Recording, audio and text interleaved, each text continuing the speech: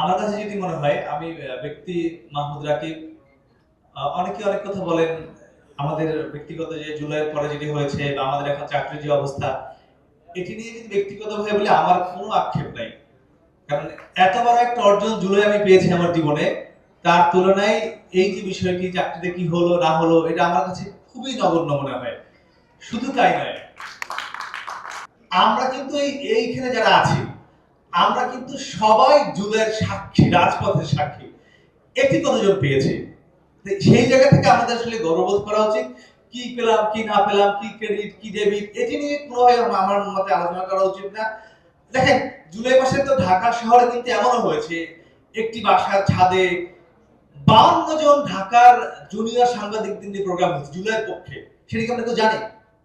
সেটা কিন্তু জানেন, এবং এমনও সেই প্রোগ্রামের কিন্তু কোনো ছবি নাই, কোনো ডকুমেন্ট নাই, কিন্তু সেই 52 জন সাংবাদিক কিন্তু আজকে সেখান থেকে 20-30 জন রয়েছে, এই রুমেই রয়েছে। তারা কিন্তু তখন কাজ করেছিল দেশের জন্য, জুলাইয়ের জন্য। তারা কিন্তু কোনো ক্রেডিট চায়নি, দাবি চায়নি যে আমার সামনে জুলাই হয়েছে, কিন্তু জুলাই কিন্তু পেয়েছে। এবং তারা প্রত্যেকেই মনে করি সেই যে ছাদের 52 জন রিপোর্টার বেশিরভাগই ছিলেন ডিজিটাল মিডিয়ার, তারা কিন্তু প্রত্যেকেই সন্তুষ্ট কেন জুলাই এসছে, একটি স্বৈরাচার পতন হয়েছে।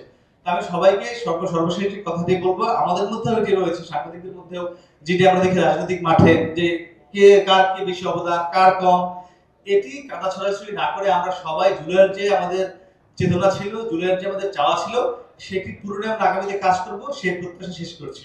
সবাইকে ধন্যবাদ।